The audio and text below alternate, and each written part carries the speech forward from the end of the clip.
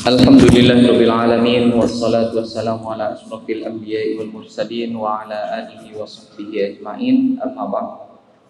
Ibu bapak jemaah zuhur yang dimuliakan Allah, dalam sebuah hadis yang diriwayatkan oleh Imam At-Tirmidzi berasal dari Abdullah bin Mas'ud qala Rasulullah sallallahu alaihi wasallam laqitu Ibrahim lailata usriya bi faqala ya Muhammad aqri ummataka minnis salam wa akhbirhu annal jannata thayyibatut turbati azbatul ma'i wa annaha qi'anun wa anna ghirasaha subhanallahi walhamdulillahi wa la ilaha illallah wallahu akbar. Abdullah bin Mas'ud berkata, Rasulullah sallallahu alaihi wasallam pernah bersabda, di malam hari aku diperjalankan Isra dan Mi'raj itu aku bertemu dengan Nabi Ibrahim, lalu dia berpesan kepadaku, wahai Muhammad, sampaikan kepada umatku salam dariku. Sampaikan salam dariku kepada umatmu dan beritahu mereka bahwasanya surga itu tanahnya harum lagi baik, airnya bersih, bening, kemudian tanahnya wa annaha qi'anun, dia itu lahan yang masih kosong. Kemudian wa anna wirasaha, tumbuhannya atau yang akan kita tanam di sana adalah subhanallah walhamdulillah wa la ilaha illallah wallahu akbar. Ini tanaman di dalam surga. Supaya banyak tanamannya, maka kita disuruh baca ini maksudnya. Ibu bapak yang dimuliakan Allah, kita lihat di dalam hadis ini bahwasanya pertama Nabi Ibrahim berkirim salam untuk kita umat Nabi Muhammad. Artinya kepada kita pribadi-pribadi, Nabi Ibrahim menyampaikan salam, sampaikan salam kepada si Ahmad, kepada Muhammad, kepada si Mahmud, satu persatu. Oleh karena itulah pantas pula kita menjawab salamnya Nabi Ibrahim ini dengan salawat selalu ketika kita salat. Allahumma sholli ala Muhammad wa ala ali Muhammad kama shallaita ala Ibrahim wa ala ali Ibrahim. Kemudian yang penting lagi, berita atau hal yang disuruh sampaikan oleh Nabi Ibrahim kepada kita melalui Nabi Muhammad, bahwa surga itu tanahnya harum, kemudian airnya bersih, bening. Dan ini yang menjadi muskil, yang jadi masalah. Kata Nabi Ibrahim, lahannya masih kosong dan perlu ditanami, dan tanamannya adalah subhanallah walhamdulillah wa la ilaha illallah wallahu akbar. Kalau kita lihat sepintas lalu, hadis ini bertentangan dengan ayat Al-Quran. Karena Allah contohnya di dalam surat Ar-Rahman sudah menceritakan tentang keindahan surga. Di sana ada bidadari, kemudian tentu saja ada istana, kemudian banyak tumbuh-tumbuhan dan buah-buahannya. Bahkan setiap buah-buahan itu saling berpasang-pasangan semuanya, kata Allah. Fihi ma fakihat min kulli fakihatin zaujan. Kemudian di ayat selanjutnya fihi ma fakihatu wa nakhlu wa rumman. Di dalamnya itu banyak buah-buahan dan disebutkan di antaranya yang paling penting yaitu korma dan delima. Kemudian ada disebutkan di dalam surat yang lain inab wa inabawa anggur. Terus kenapa kata Nabi Ibrahim dia adalah lahan kosong? Kemudian ulama menjelaskan, di samping surga yang sudah makmur, yang sudah lengkap isinya, Allah sediakan lahan kosong yang tugas kita lah untuk menanaminya, mengisinya dari mulai sekarang. Dan isinya apa? Lahan kosong biasanya kita isi dengan tumbuh-tumbuhan dan dengan rumah atau dengan istana. Oleh karena itu banyak penjelasan Rasulullah SAW di dalam hadis-hadis yang lain bagaimana kita menanaminya. Kata subhanallah walhamdulillah wa la ilaha illallah itu akan menjadi tumbuh-tumbuhan di dalam surga dengan segala macam tumbuhannya. Boleh jadi ada di sana kelapa juga, ada kelapa sawit juga, ada pohon delima dan macam-macam. Secara khusus Rasulullah sallallahu alaihi wasallam di dalam hadis yang lain mengatakan apa? An Jabir radhiyallahu anhu anin Nabi sallallahu alaihi wasallam qala, dari Jabir semoga Allah meridainya, Rasulullah sallallahu alaihi wasallam pernah bersabda, man qala subhanallahil azim wa bihamdihi, siapa yang mengatakan maha suci Allah yang maha agung dan maha terpuji, burisat lahu nakhlatun fil jannah, ditanamkan untuk dia sebatang pohon korma di dalam surga.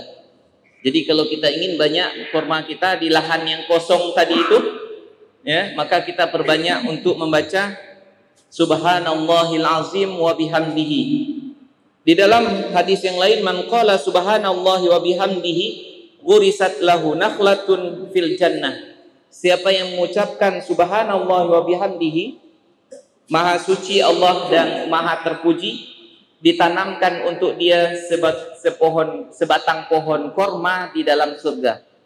Boleh jadi tasbih-tasbih yang lain, puji-pujian yang lain akan ditanamkan oleh Allah untuk kita pohon-pohon yang lain juga. Begitulah kira-kira maksudnya. Oleh karena itu, ibu bapak yang dimuliakan Allah, jangan sampai banyak lahan kosong kita di akhirat yang tidak tertanami. Makanya kata Rasulullah dalam sebuah hadis yang lain, laisa yatahassaru ahlul jannati illa ala sa'atin marrat bihim la yadhkurullaha ta'ala fiha. Tiadalah satupun yang disesali oleh penduduk surga nanti. Ini penduduk surga yang menyesal. Kalau penduduk neraka ini adalah maklum. Apa yang disesali oleh penduduk surga, yaitu hari-hari atau detik-detik yang berlalu tanpa mengingat Allah di dalamnya. Bisa kita bayangkan berapa hari kita dalam satu hari ini saja, atau detik-detik kita dalam satu hari ini saja yang kita gunakan untuk hal-hal yang percuma, atau kita diam saja tanpa mengingat Allah, sehingga lahan kosong kita tidak tertanam. Dan itu akan menjadi penyesalan kita nanti di akhirat.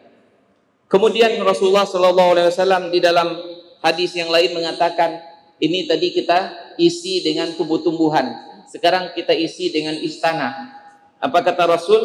An Ummi Habibah zaujin Nabi SAW, dari Ummu Habibah istrinya Rasulullah SAW, annaha qalat, dia berkata, sami'tu Rasulullah SAW qala, sami'tu Rasulullah SAW yaqul, aku mendengar Rasulullah SAW bersabda, ma min abdin muslimin yusalli lillahi kulla yawmin thintai asyarata raka'atan tatawwa'an ghaira faridatin illa banallahu lahu baitan fil jannah. Tidak adalah seorang hamba yang muslim di mana dia salat untuk Allah, ya, ikhlas karena Allah, setiap hari 12 rakaat, yaitu salat sunat selain yang diwajibkan kepadanya, melainkan Allah akan membangunkan untuk dia sebuah istana di dalam surga. Kemudian dijelaskan lagi apa maksudnya 12 rakaat ini di dalam hadis yang lain.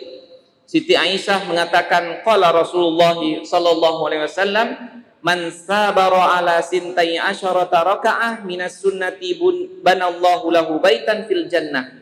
Siapa yang membiasakan diri untuk menjaga 12 rakaat salat sunat sehari semalam, Allah akan membangunkan untuk dia sebuah istana di dalam surga.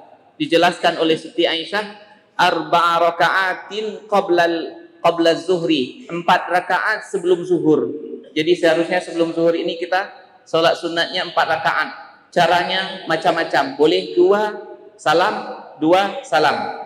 Boleh seperti solat zuhur 4 sekaligus, kemudian di pertengahan kita duduk duduk tahiyat pertama, atau karena waktunya terlalu sempit, kita langsung saja 4 rakaat tanpa ada jedanya. Kemudian wa raka'ataini ba'dal zuhri, 2 rakaat setelah solat zuhur, sudah 6. Wa raka'ataini ba'dal maghrib, 2 rakaat setelah salat maghrib. Wa raka'ataini ba'dal isya, dan 2 rakaat setelah salat isya. Wa raka'ataini qablal fajri, dan 2 rakaat sebelum salat subuh. Itulah amalan yang mesti kita lakukan sehari semalam supaya Allah tambah istana kita di lahan yang kosong tadi itu, agar kita ketika semoga Allah masukkan ke dalam surga tidak terlalu banyak lahan kosong kita. Ibu bapak yang dimuliakan Allah, sahabat Rasulullah ketika mendengar hadis ini dia tepuk-tepuk tangannya seperti orang merugi. Fatat minna nakhlatun katsirah, terlalu banyak pohon korma yang tidak kita tanam di lahan kosong kita tadi itu. Dan kita juga mengatakan banyak sekali istana yang tidak kita bangun. Seharusnya kita bisa setiap hari membangun istana. Kemudian banyak lagi hadis-hadis Rasulullah yang lainnya yang tidak bisa kita sampaikan pada kesempatan kali ini, di mana dengan amalan itu kita memperbanyak istana kita di lahan-lahan kosong tadi itu. Ibu bapak yang dimuliakan Allah, di dunia saja kita tidak cukup dengan 1-2 buah rumah. Kita ingin banyak-banyak supaya kita bisa sewakan kepada orang. Apalagi nanti di akhirat kita akan hidup di waktu yang tidak ada ujungnya. Aqulu qawli hadza wa astaghfirullah li wa lakum. Subhanakallahumma wa bihamdika asyhadu an la ilaha illa anta astaghfiruka wa atubu ilaik. Assalamualaikum warahmatullahi wabarakatuh.